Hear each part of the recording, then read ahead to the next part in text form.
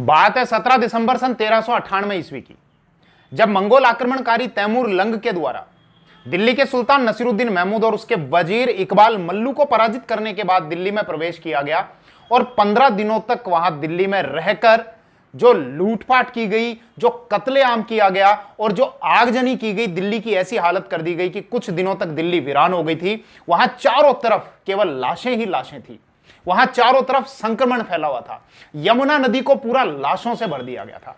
तो इस प्रकार का आतंकित करने वाला, भयभीत करने वाला हमला तैमूर लंग के द्वारा किया गया सन 1398 ईस्वी में। तो इस वीडियो में हम तैमूर लंग के द्वारा दिल्ली पर जो हमला किया गया उसके संबंध में बात करेंगे, तैमूर का एक परिचय लेंगे, कहां कहां तक उसने अपना राज्य विस्तारित किया हुआ था इसके संबंध में चर्चा करेंगे। इसके अतिरिक्त जब उसने दिल्ली पर हमला किया था तो इस समय तुगलक वंश पतन की ओर ही अग्रसर था। तो तुगलक वंश का पतन और इसके बाद सैयद वंश का उदय कैसे हुआ, इस संपूर्ण विषय पर हम चर्चा करने वाले हैं। मैं रमन भारद्वाज, आइए शुरू करते हैं। अगर आपने भारद्वाज क्लासेस की नई एप्लीकेशन को डाउनलोड नहीं किया है तो अभी जाइए गूगल प्ले स्टोर पर या इस वीडियो के डिस्क्रिप्शन में जाइए, आपको लिंक मिल जाएगा। भारद्वाज क्लासेस बाय रमन भारद्वाज के नाम से वो एप्लीकेशन है, आप उसको डाउनलोड कर सकते हैं। और पटवार के विद्यार्थियों को ध्यान में रखते हुए पटवार गणित व रीजनिंग का कोर्स मात्र 99 रुपए में लॉन्च किया गया है। इतना सस्ता कोर्स कि कोई भी विद्यार्थी उसको आसानी से परचेज कर सकता है। तो आप जाइए, अभी नई एप्लीकेशन मैंने लॉन्च की और वहां पर गणित और रीजनिंग के वीडियो रिकॉर्डेड आपको उपलब्ध हो जाएंगे। और इसके अलावा लाइव क्लास के माध्यम से भी मैं आपसे चर्चा करूंगा और जल्दी ही राजस्थान जीके और भारत के इतिहास से संबंधित भी वीडियो आपको उसी एप्लीकेशन पर उपलब्ध होंगे। तो विषय को आगे बढ़ाने से पहले हम एक बार तैमूर का सामान्य परिचय ले लेते हैं। यह तैमूर वो नहीं है जो सैफ अली खान और करीना कपूर का पुत्र है। यह तैमूर वो है जिसके द्वारा दिसंबर सन 1398 ईस्वी में दिल्ली पर आक्रमण किया गया था, लोगों की नृशंस हत्या की गई और यहां का पैसा लूटकर यह अपनी राजधानी समरकंद वापस लौट गया था। तो इसी तैमूर के बारे में हमको चर्चा करनी है। तैमूर का जन्म सन 1336 ईस्वी में वर्तमान उज्बेकिस्तान के एक शहर ए सब्ज में हुआ था। इसका जो पिता था वो वहां का एक छोटे से जागीर का जागीरदार था और जब इसके पिता की मृत्यु हुई तो पिता की मृत्यु होने के बाद सन 1360 ईस्वी में तैमूर उस जागीर का जागीरदार बना।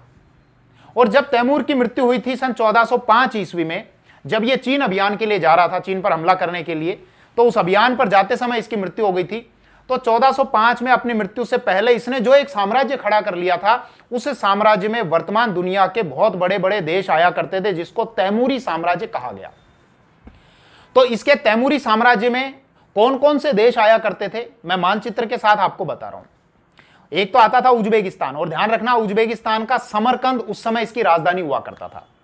तो एक तो उज्बेकिस्तान था, इसके अतिरिक्त अफगानिस्तान, तुर्कमेनिस्तान, ईरान का काफी हिस्सा आता था, इराक का हिस्सा आता था, इसके अतिरिक्त एशिया माइनर का हिस्सा। एशिया माइनर उस हिस्से को कहते हैं जो वर्तमान में तुर्की का एशिया वाला जो भाग है, एक तो वो हिस्सा। इसके अलावा इसके साम्राज्य में जो हिस्से आते थे वो इजिप्ट भी आया करता था, लीबिया आया करता था, लेबनान आया करता था, इटली आया करता था, इसके अलावा ग्रीस आया करता था। तो कुल मिलाकर कहने का अर्थ यह है कि इसने जो एक साम्राज्य स्थापित किया था वो थोड़े ही समय में एक बहुत बड़ा साम्राज्य स्थापित कर लिया था। और इसके जो मुख्य साधन थे अपने राज्य विस्तार के, वो थे लोगों को भयभीत कर दो, लोगों को आतंकित कर दो और लोगों की नृशंस तरीके से हत्याएं करो, जिसकी वजह से सामने वाला डरकर अपने आप ही आत्मसमर्पण कर देगा। थोड़ा सा इसका हम और परिचय ले लेते हैं। इसकी जो नस्ल थी वो थी बरलास और मूल रूप से ये मंगोल का था। मतलब इनकी जो नस्ल थी ये मंगोल से उठे हुए लोग थे, इसीलिए इनको मंगोल कहा गया। दरअसल मंगोलिया के आसपास का जो क्षेत्र है, यहां घास के मैदान है, उनको स्टेपीज कहा जाता है। और यहां पर अलग अलग जनजातियां रहती थी कबीलों में, छोटे छोटे कबीलों में। और इन कबीलों का एक सरदार हुआ करता था जिनको खान कहा जाता था। ये लोग शुरू में, आरंभ में मुसलमान नहीं थे, लेकिन बाद में चलकर इन्होंने इस्लाम धर्म स्वीकार कर लिया था। इनका जो जीवन था वो बहुत संघर्षमय जीवन हुआ करता था, इसीलिए इन लोगों में संघर्ष करने की बहुत अच्छी पोटेंशियल थी। और इनके संबंध में ऐसा कहा जाता है कि ये लोग घोड़े पर हजारों किलोमीटर की यात्रा कर लिया करते थे। घोड़े पर ही ये लोग सो जाया करते थे, घोड़े पर ही खा लिया करते थे, घोड़े पर ही पी लिया करते थे। हालांकि ये अलग बात है, कुछ जरूरी काम करने के लिए तो घोड़े से उतरना पड़ता ही होगा।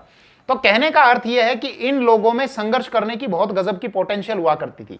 वैसे भी सीधी सरल सी बात है कि आप अपने शरीर को जितना ज्यादा कष्ट दोगे, जितनी तकलीफ दोगे, उतनी ही आप में क्षमताओं का विकास होता चला जाएगा। लेकिन आजकल तो क्या होता है, अगर आपको एसी भी ऑन करना है तो आप सॉफ्टवेयर से कहोगे एलेक्सा ओपन एसी, और एलेक्सा कहेगी यस यस मैं ओपन करती हूं।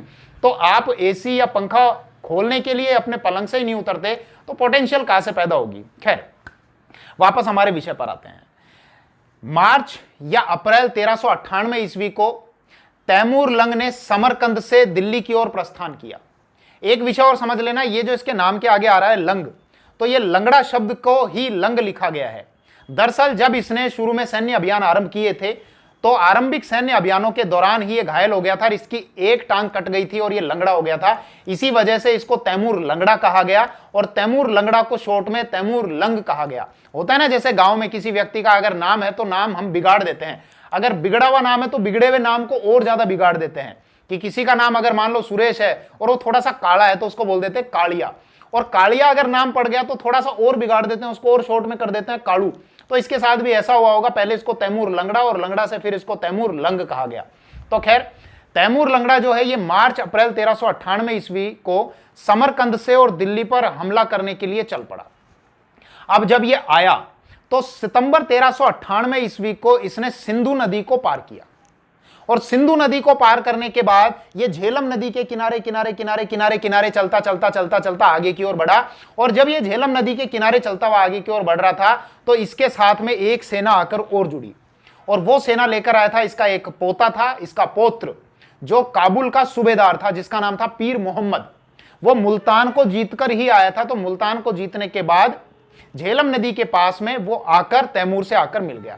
अब तैमूर जब आगे की ओर बढ़ा तो सबसे पहले इसने भारत में जो हमला किया, हिंदुस्तान में हमला किया, राजस्थान में एक स्थान आता है भटनेर, उस भटनेर पर इसने हमला किया। दरअसल वर्तमान राजस्थान का एक जिला है हनुमानगढ़।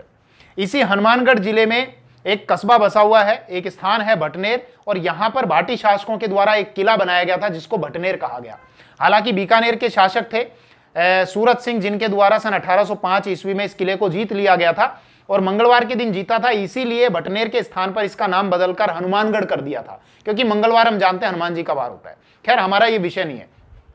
तैमूर लंग जब यहां पर आया तो उसने भटनेर पर आक्रमण किया, भटनेर पर हमला किया और यहां पर लोगों की बहुत नृशंस हत्याएं की गई। इसके अतिरिक्त तैमूर लंग ने इस भटनेर दुर्ग के संबंध में अपनी आत्मकथा में भी लिखा है। इसकी आत्मकथा है तुजुक ए तैमूरी।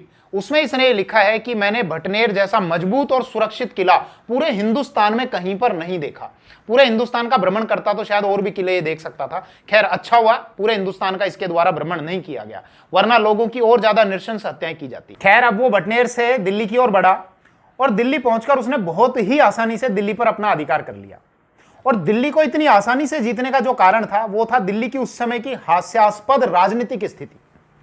दरअसल उस समय दिल्ली पर एक नहीं बल्कि दो दो सुल्तान राज कर रहे थे। कुछ किलोमीटर के दायरे में ही एक अलग राजा था, मतलब अलग सुल्तान, और कुछ किलोमीटर के दायरे में दूसरा सुल्तान था। इस स्थिति को मैं थोड़ा सा और अच्छे से स्पष्ट कर देता हूं और फिर उसके बाद हम दिल्ली और तैमूर की लड़ाई कराएंगे। विषय को अच्छे से समझने के लिए हमको फिरोज शाह तुगलक के शासनकाल की ओर चलना पड़ेगा।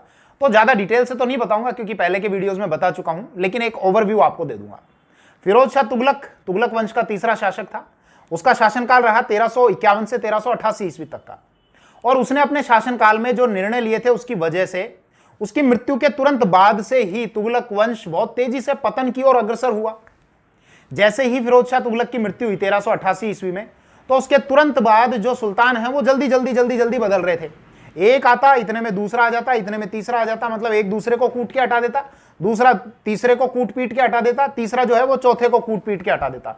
तो यही स्थिति लगातार चल रही थी और फाइनली 1394 ईस्वी में फिरोज शाह तुगलक का जो पौत्र था, मतलब जो पोता, जिसका नाम था नसीरुद्दीन महमूद, वो सुल्तान बन गया। इसके बीच में और भी बहुत सारे सुल्तान हैं, उनकी मैं आपसे चर्चा नहीं करूंगा, कोई जरूरी भी नहीं है। तो नसीरुद्दीन महमूद अगला सुल्तान बना 1394 ईस्वी में और 1412 या 13 ईस्वी तक वो अगला सुल्तान रहा। तो एक जगह मुख्य दिल्ली पर तो जो राज कर रहा था वो था नसीरुद्दीन महमूद, और इसके अतिरिक्त दिल्ली के पास का जो एरिया है फिरोजाबाद, उस पर फिरोज शाह तुगलक का बेटा राज कर रहा था जिसका नाम था नुसरत शाह। तो बात समझ में आ गई कि छोटे से एरिया में एक जगह का सुल्तान था नसीरुद्दीन महमूद और एक जगह का सुल्तान था नुसरत शाह। खैर, मुख्य जो सुल्तान था वो नसीरुद्दीन महमूद ही था, और नसीरुद्दीन महमूद के द्वारा उस समय अपना एक वजीर नियुक्त किया गया था जिसका नाम था मल्लू इकबाल, और ये मल्लू इकबाल ही ज्यादा पावरफुल हुआ करता था। दरअसल नसीरुद्दीन महमूद तो केवल इसके हाथ की कठपुतली हुआ करता था, और इसके प्रभाव की वजह से कई बार नसीरुद्दीन महमूद को दिल्ली छोड़कर भागना पड़ता था। खैर, अब तैमूर वहां पर पहुंचा, और जब वो दिल्ली के निकट पहुंचा तो दिल्ली में प्रवेश करने से पहले अब उसको 2 बार आक्रमण करना पड़ेगा, मतलब 2 बार ये युद्ध लड़ना पड़ेगा। एक बार तो नसीरुद्दीन महमूद और मल्लू खां ने उन पर हमला किया, तैमूर की सेना पर हमला किया, लेकिन शुरुआती हमले में वो बहुत बुरे तरीके से पराजित हुए। इसकी वजह से वापस अपनी जान बचाकर उनको दिल्ली की ओर भागना पड़ा। किसको? नसीरुद्दीन महमूद और उसके वजीर मल्लू खां को, मल्लू इकबाल को। अब तैमूर की सेना आगे की ओर बढ़ी, और दिल्ली में प्रवेश करने से पहले 17 या 18 दिसंबर को अब यह मुख्य युद्ध हुआ, और इस युद्ध को बड़ी ही आसानी से तैमूर और उसकी सेना के द्वारा जीत लिया गया। और दिल्ली का जो सुल्तान था, एक तो वो सुल्तान नुसरत शाह, वो भाग गया, और दूसरा ये जो सुल्तान था नसीरुद्दीन महमूद, ये भाग गया गुजरात, और इसका जो वजीर था मल्लू इकबाल, वो भाग गया बुलंदशहर। तो 17-18 दिसंबर को तैमूर की सेना ने दिल्ली में प्रवेश किया, और अगले 15 दिनों तक तैमूर और उसकी सेना दिल्ली में रही, और दिल्ली में लोगों को बहुत बुरे तरीके से मारा गया। मतलब आप ये समझ लो कि किसी परिवार के सामने ही उसके एक सदस्य को लिया गया, उसको काटकर उसके परिवार के सामने फेंक दिया गया, या उसके हाथ पैर काटकर परिवार के आगे तड़प कर मरने के लिए छोड़ दिया गया, या सार्वजनिक रूप से फांसी पर लटका दिया गया, या जिंदा व्यक्ति के शरीर में कीलें ठोक दी गई, तलवारें ठोक दी गई। मतलब दिल्ली की ऐसी हालत हो गई थी, वहां चारों तरफ लाशें ही लाशें थी। जो यमुना नदी है वो पूरी लाशों से भर गई थी, उसमें लाशें ही लाशें तैर रही थी। और कुछ दिनों बाद ये स्थिति हो गई थी कि वो लाशें सड़ने लग गई थी, उनकी वजह से चारों तरफ बदबू ही बदबू थी, और इतना भयंकर संक्रमण फैल गया था कि दिल्ली के जो लोग थे वो दिल्ली छोड़कर जाने को मजबूर हो गए थे। तैमूर और उसकी सेना ने 15 दिनों तक लोगों को मारा, नृशंस हत्याएं की, उनको लूटा, और ये लूट का सारा माल बटोरकर तैमूर अपनी सेना के साथ में जनवरी 1399 ईस्वी में समरकंद की ओर चला गया। अब जब वो समरकंद की ओर गया तो उसने एक व्यक्ति जिसका नाम था खिज्र खां, उसको अपने जीते हुए प्रदेशों का गवर्नर नियुक्त कर दिया। मुख्य रूप से उसके जो जीते हुए प्रदेश थे तैमूर के, वो एक तो था लाहौर, मुल्तान और दीपालपुर। ये तीनों ही वर्तमान में पाकिस्तान में आते हैं। तो इन क्षेत्रों का गवर्नर नियुक्त किया गया। किसको नियुक्त किया था? खिज्र खां को। अब थोड़ा सा इस विषय को समझ लो, ये खिज्र खां कौन है। दरअसल जब ये तुगलक वंश चल रहा था तो इसी तुगलक वंश के दौरान खिज्र खां पंजाब का गवर्नर था, और इसने पंजाब का गवर्नर रहते हुए अपने आप को स्वतंत्र घोषित कर लिया था, और कई बार दिल्ली पर अधिकार करने के लिए इसने प्रयास किए थे, लेकिन ये आरंभिक प्रयासों में सफल नहीं हो सका। बाद में इसने और भी प्रयास किए, और ये खिज्र खां वही है जिसके द्वारा सन 1414 ईस्वी में तुगलक वंश के स्थान पर सैयद वंश की स्थापना की। जो दिल्ली के सल्तनत काल के जो 5 राजवंश रहे हैं, गुलाम राजवंश, खिलजी राजवंश, तुगलक, सैयद और लोधी, तो इनमें से ये जो चौथा है सैयद राजवंश, इसका जो संस्थापक था वो यही खिज्र खां था, जो पंजाब का गवर्नर था, और बाद में इसने दिल्ली पर अपना अधिकार कर लिया था। एक बात और ध्यान रखना कि दिल्ली पर सल्तनत काल में ये जो 5 राजवंश रहे हैं, इनमें से एक को छोड़कर, मतलब सैयद वंश को छोड़कर, बाकी सब सुन्नी मुसलमान थे, और सैयद वंश जो था ये सिया मुसलमान थे। इसने खिज्र खां ने कभी भी अपने आप को सुल्तान नहीं कहा, क्योंकि इसको नियुक्त किसने किया था? तैमूर ने। तो तैमूर के बाद भी जब उसका पुत्र उसका उत्तराधिकारी बना, तैमूर का पुत्र था शाहरुख, वर्तमान बॉलीवुड वाले शाहरुख की बात नहीं कर रहा हूं, तैमूर के बेटे का नाम भी शाहरुख था, और वो उसका उत्तराधिकारी था। तो इसी खिज्र खां ने अपने आप को कभी सुल्तान नहीं कहा, उस शाहरुख को दिखाने के लिए उसके प्रति ये वफादार रहा, और इसने अपने आप को रैयत ए आला की उपाधि दी। तो सुल्तान नहीं लगाया इसने अपने नाम के आगे, इसने अपने आप को रैयत ए आला कहा। तो इसका खिज्र खां का परिचय आपको मिल गया। अब तैमूर जब गया तो अब दिल्ली में किस प्रकार की उठापटक हुई, और कैसे तुगलक गए और कैसे सैयद आ गए, इस विषय पर अब थोड़ी सी बात कर लेते हैं, और फिर इस वीडियो को हम समाप्त करेंगे। जब तैमूर गया तो हम ये जानते हैं कि उसके साथ में नसीरुद्दीन महमूद ने आक्रमण किया था, हमला किया था, और वो जान बचाकर गुजरात भाग गया था। और उसका जो वजीर है मल्लू इकबाल, वो कहां पर चला गया था? बुलंदशहर। तो तैमूर के जाने पर ये दोनों आए और इन्होंने दिल्ली के उस छोटे से भाग पर फिर से अपना अधिकार कर लिया। अब जब इन्होंने अधिकार कर लिया तो खिज्र खां ने दिल्ली पर अधिकार करने का प्रयास किया, लेकिन शुरू में वो सफल नहीं हो सका।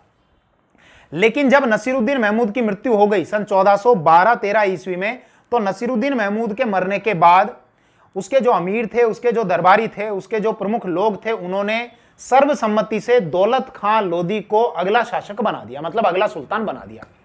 तो इसी खिज्र खां ने, जिसने दिल्ली को प्राप्त करने का पहला भी प्रयास किया था, पहले भी प्रयास कर चुका था, इसने वापस से अब दिल्ली पर हमला किया और उस दौलत खां लोधी को बंदी बना लिया।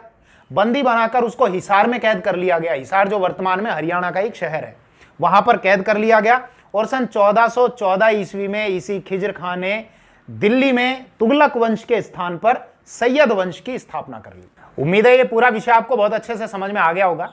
और अब इस वीडियो की समाप्ति से पहले महत्वपूर्ण सूचना, मैंने भारद्वाज क्लासेस की नई एप्लीकेशन लॉन्च कर दी है, जो भारद्वाज क्लासेस बाय रमन भारद्वाज के नाम से है। और अभी मैंने पटवार मैथमेटिक्स और रीजनिंग का कोर्स मात्र 99 रुपए में लॉन्च किया है, 99 रुपीज में। जब तक एग्जाम नहीं हो जाता तब तक आप 99 रुपए में उसका एक्सेस ले सकते हैं। तो इस वीडियो के डिस्क्रिप्शन में जाइए, गूगल प्ले स्टोर से आप वो एप्लीकेशन डाउनलोड करिए और जो वीडियोस हैं उन वीडियोस को एंजॉय करिए। थैंक यू, जय हिंद।